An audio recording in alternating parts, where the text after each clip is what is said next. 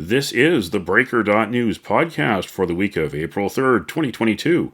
I'm Bob Mackin, publisher of theBreaker.news and host of the theBreaker.news podcast. Welcome to edition number 232. The Breaker is your source for news, opinion, and analysis about British Columbia issues, institutions, and influencers. Later, I'll tell you how you can support The Breaker. On this edition, headlines from the Pacific Rim and the Pacific Northwest, the Is It Just Me commentary, I award a virtual Nanaimo bar to a difference maker, and the Big Deal feature. The Horgan NDP government is pretending the pandemic is over, even with a sixth wave just beginning. They hired 3 ex-bureaucrats to review the government's response to the pandemic, but Cabinet and Dr. Bonnie Henry are untouchable. Hear from Dr. Lyne Filiatrault, a retired emergency physician and member of the steering committee for Protect Our Province BC. But first, is it just me?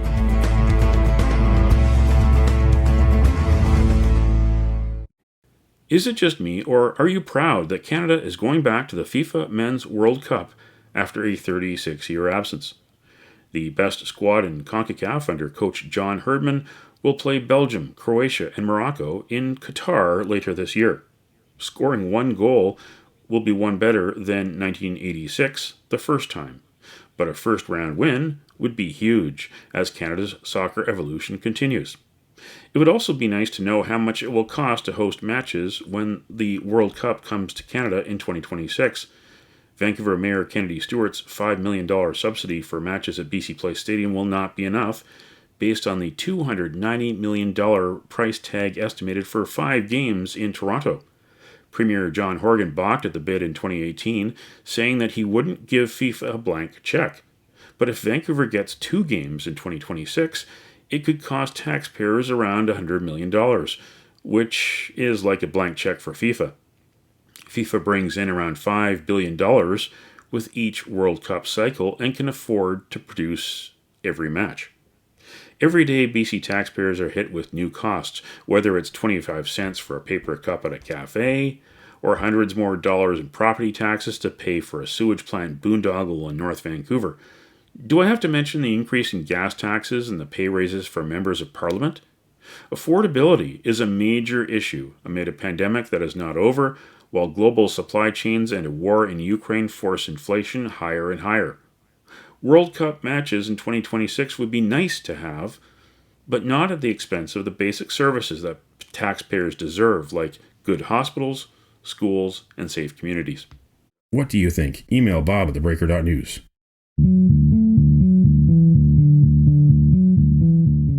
This is the Big Deal feature on the Breaker.news podcast. Slowly but surely, the NDP government has shut down and walked away from the battle with the novel coronavirus in BC. The testing and tracing program collapsed before Christmas. It took more than 2 months to get rapid test kits into the hands of anyone who wanted one. Before mid-March, the mask mandate was over. On April 1st, self-reporting of positive tests suddenly ended. Meanwhile, Public Safety Minister Mike Farnworth hired 3 ex-bureaucrats to study how the government responded to the pandemic. There will be no public hearing, just an online questionnaire for the public. They'll report back in the fall, but their terms of reference don't allow them to investigate Cabinet or Dr. Bonnie Henry. Dr. Lyne Filiatrault says that's a sham. She's a retired emergency room physician, and she's on the steering committee of the Protect Our Province BC coalition. In March 2003, Dr. Filiatrault helped identify and contain the first case of severe acute respiratory syndrome, better known as SARS, at Vancouver General Hospital in a patient who had returned from Hong Kong. Ontario held a judicial public inquiry after that pandemic, and many think the same should happen after this one. My guest on this edition of the Breaker.news podcast is Dr. Lyne Filiatrault. That's my answer. It's a waste of time. And because a lot of your success in the pandemic response is determined by the policies. So it's not just about operations. What are you operationalizing? And so this is a complex process, and you can't just say, we're just going to look at this independently. And I'm not sure the people, what is the process to say that it's actually independent? I'd be happier if there was really a multidisciplinary team looking at different aspects of the pandemic response, because everything is interconnected and you cannot not look at the public health policies. They drive everything. If you get it wrong, as we saw, you get it wrong repeatedly. If you don't understand that the virus spreads through aerosols, and you're going to have repeated waves in indoor closed setting with vulnerable people, such as long-term care. Mm-hmm. And time again, no matter that they were following the droplet precautions and distancing and the surgical mask, it didn't work. Why did it not work? Don't blame the workers. Blame the guidelines focused on the wrong mode of transmission. This virus spreads through the air we breathe. Breathing is an aerosol generating procedure, and therefore you need to address the air. So with ventilation, air filtration, and you need respirator masks, and none of which this public health officer and her team have acknowledged, and that's why they've been ridiculed by international scientists. Mm-hmm. And here we go again. How many outbreaks did we get in long-term care with a much more contagious variant? And we're still not over. There's worries out of Europe about another wave. There's signs around North America that things are on an uptick again because of the opening has been accelerated. And that's been the story throughout, is governments closing down or putting restrictions not fast enough and then opening up too quickly and then repeating. So waves are caused by bad policies, period. Bad public health policy cause waves, okay? And if we look at what happened with Delta, July 1st, we used a simplistic approach to the pandemic, thinking if we vaccinate enough, we can work our way out of this pandemic. Completely wrong. And we'd seen it before because we'd had previous variants from Brazil. That was the Gamma variant, if you remember, in Whistler, that came from Brazil. So if you let the virus run rampant elsewhere in the world and people still travel and we're still interconnected, then it's going to come and affect us. And that's exactly what happened. We left Whistler open in 2021, despite people on the ground in Whistler saying, you got to shut it down.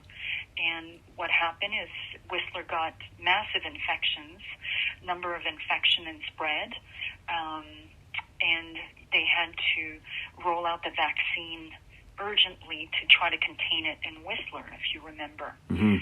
Right? So that created a big super spreading event that was well studied by the Maclean's. There was a great Maclean's article. So people didn't know. They went skiing to Whistler thinking, oh, I'm fine, I'm going skiing. And then they would bring the variant back to their community. And that was true in BC, but also anywhere else people were traveling from. They would bring the variant back to their either their province or their country. So no transparency on what was going on, totally reactive. If you remember, we closed the ski slope after some high-profile individuals and then ended up getting infected, and we closed after the March break, like 3 days before the end of the season or something like that. Mm-hmm. So 2 steps behind, 3 steps behind, you name it.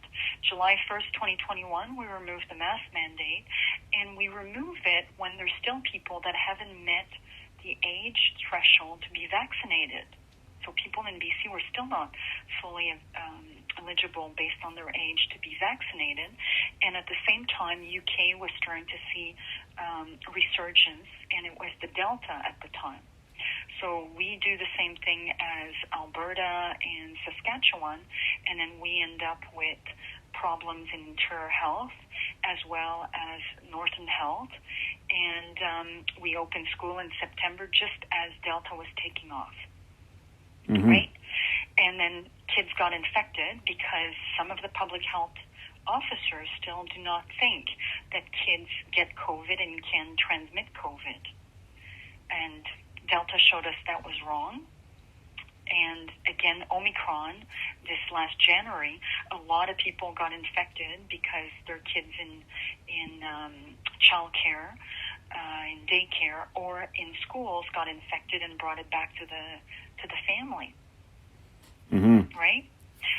Still haven't learned that no, kids do get COVID. They may have less symptoms, and up until Omicron, they hadn't been as sick. But certainly, what we saw is that we had admissions of kids in BC with Omicron because the 0 to 5 weren't, or the 0 to 4 weren't immunized. And so they were way more susceptible, and this was a virus that affects your upper airway. And when you're a child, it's hard to cough, it's hard to clear your secretion when you're that young, and some of them needed to be admitted. Right? Much more in the States, but still here, too, we ended up with people in the ICU, young kids. Kids are not supposed to be admitted at that age, and they're not supposed to end up in the ICU. So totally reactive, totally not based on science, because we know that kids transmit and kids get sick, but our public health officers were doing the rounds in January with both, there was a session in North Van and West Van schools where they were repeating over and over that kids are not at risk from COVID and they don't tend to get it. It was wrong. They did a similar session with daycare operators. Again, wrong, and certainly parents saw that. So now we're at about 30% of the 0 to 5. If you look at some of the graphs from BC government that kids have gotten infected. What is the long-term consequence of that? Don't know, right? Because we don't follow. You mentioned the SARS inquiry. One of the things that came out was Justice Archie Campbell saying, if you don't know about something, you better take a higher level of protection, and you can ramp it down once you know how it's transmitted and how severe an illness it causes. Versus here in BC, like many other jurisdictions, we went to this is spread through droplets, and when the science changed, our public health officers refused to change with the science. So WHO acknowledged aerosols are important. Theresa Tam and our own Canadian scientific advisor, Dr. Mona Niemer, acknowledged that this was spread through aerosol. And yet here in U.S. CDC as well, but here in BC, we still have a public health officer who uses a cloth mask and now decided to remove masking precautions right at the same time as we see BA2 starting to take over in UK, but not just in UK, in Australia, Hong Kong, so many other countries now are seeing BA2, which is 30% more infectious than Omicron, right? And maybe more severe, we don't know. There's certainly on Twitter, the Twitter feeds seem to say that it might be more severe. We just don't know. Yeah. But here we go again. We removed the mask mandate. That was my guest, Dr. Lyne Filiatrault. You can find out more information about Protect Our Province BC online at protectbc.ca.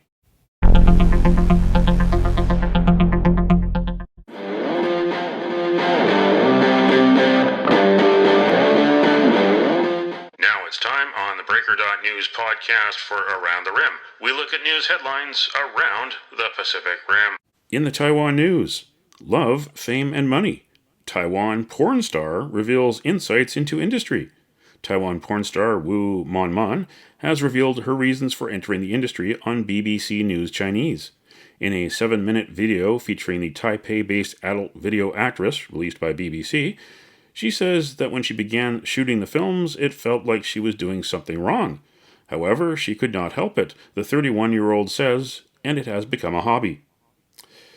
With the government amendment of the Obscene Publications Act, the pornography industry became legal in Taiwan but remains controversial. Meanwhile, also reported by the Taiwan News, Taiwan's campaign to raise donations for Ukrainian refugees has reached nearly 1 billion new Taiwan dollars, or almost $35 million US, within a month. In Kyoto News, Japan to allow up to 10,000 visitors daily. Japan will raise its daily cap on overseas arrivals to around 10,000 from April 10th, up from the current 7,000, the top government spokesman said, as the country gradually relaxes its coronavirus border controls. Meanwhile, the western part of Shanghai, China's financial and business hub, began to be locked down Friday to carry out mass COVID-19 testing as new infections with the novel coronavirus have been resurging recently. Across mainland China, more than 7,200 people were confirmed to be infected with the virus on Thursday, with 4,500 new cases recorded on the same day in Shanghai, which has a population of around 25 million, according to Chinese health authorities. In the New Zealand Herald, Health Minister Rory Jansen says Maori dying because of misinformation. A Maori health leader says a new international misinformation study confirms the alarm many were desperately trying to raise last year about the impact of Maori during the initial vaccine rollout. The article in the Journal of the Royal Society Interface shows misinformation makes it harder to stop illness from spreading during a pandemic. It states that conspiracy theories spread through communities already distrustful of authority. That's Around the Rim on this edition of the Breaker.news podcast.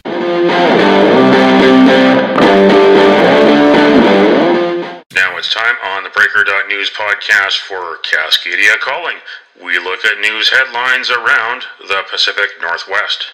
In the Oregonian, the Sports Bra, Portland's first women's sports bar, opened April 1st. The bar's founder, Jenny Nguyen, thinks it may be the only women's sports bar in the world. Quote, hopefully not for long, end quote, Nguyen said Thursday at a press conference of the Northeast Portland spot. Women's sports are already always on TV at the Sports Bra. On Thursday it was gymnastics and basketball. On Friday it was the two Final Four basketball semifinals. On Saturday there will be a soccer match featuring the Portland Thorns and a live stream of an Oregon Ravens football game. In the Spokesman Review in Spokane, if these seats could talk, the demolition of Spokane's Joe Albee Stadium has begun. By fall, the entire site will be leveled, leaving only the memories of big concerts, Billy Graham's Crusade, and hundreds of high school and college football games. A year ago, many people expected that a new 5,000-seat stadium would rise on the site.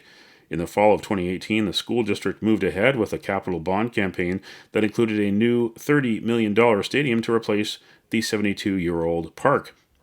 The $495 million bond was approved, along with an advisory vote that same year indicating a preference for the old Albee site.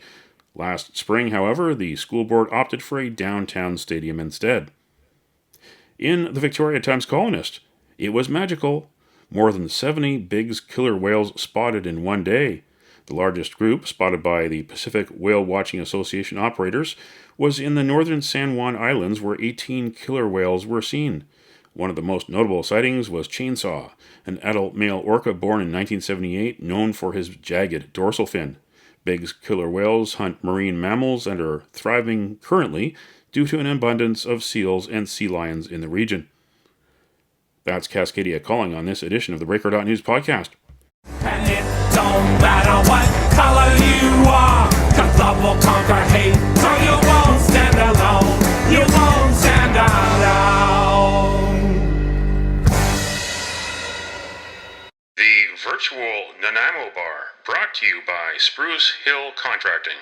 Every week we end the Breaker.news podcast on a tasty note by awarding the goodness of a virtual Nanaimo bar to people making a difference.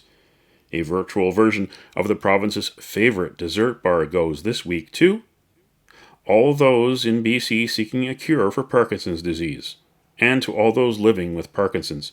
It's Parkinson's Awareness Month in BC.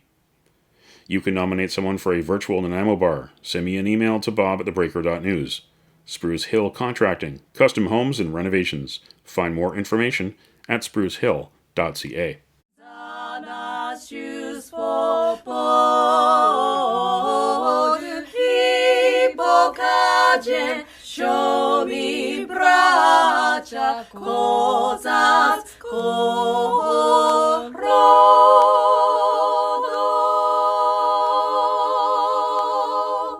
That's it for the Breaker.news podcast for the week of April 3rd, 2022. I'm Bob Mackin. Thanks for joining me. Did you know that on the 3rd of April in 1973, Motorola's Martin Cooper and Joel Engel of Bell Labs were on the first handheld cell phone call? Now you know. Send me your feedback. Send me your story ideas to Bob at theBreaker.news. Bookmark theBreaker.news. You can also find us at theBreaker.ca. Sign up for the email newsletter and get updates to your inbox. For news as it happens, follow The Breaker News on Twitter and visit theBreaker.news on Facebook. You can support The Breaker for as little as $2 a month. For more information, go to patreon.com/thebreakernews. That's patreon.com/thebreakernews. Until next week.